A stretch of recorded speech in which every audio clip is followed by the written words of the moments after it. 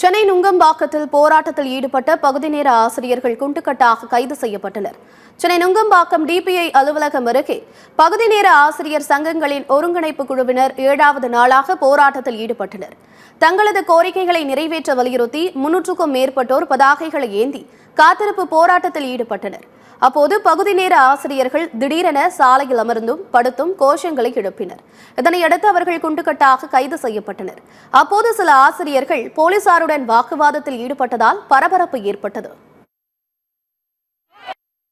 ஆசிரியர்களாகிய நாங்கள் தொடர்ந்து 14 வருடம் போராடிக்கிட்டு தான் இருக்கோம்.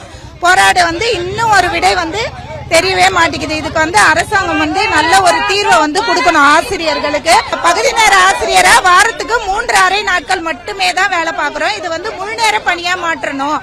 ஆசிரியர்கள் பகுதி நேரத்துல இருந்து முழு நேர பணியா மாற்றி ஆசிரியர்களுக்கான அங்கீகாரம் கண்டிப்பா வழங்கப்படணும். போலீஸோட அராஜகத்துல அங்கங்க எங்களை ஒண்ணு கூட விடாம இப்படியே கைது நடவடிக்கை கடந்த 7 நாட்களா கண்டினியூவா பண்ணிட்டு இருக்காங்க. எங்களை ஒரே இடத்துல கூட விட மாட்டாங்க. 181 சொன்னாங்க, வாக்குறுதியில எதுவுமே செய்யல. நாங்க ஒண்ணு லேப்டாப்லாம் கேட்கலையே, எங்களை 181 செய்யறேன்னு சொன்னீங்களா? அதை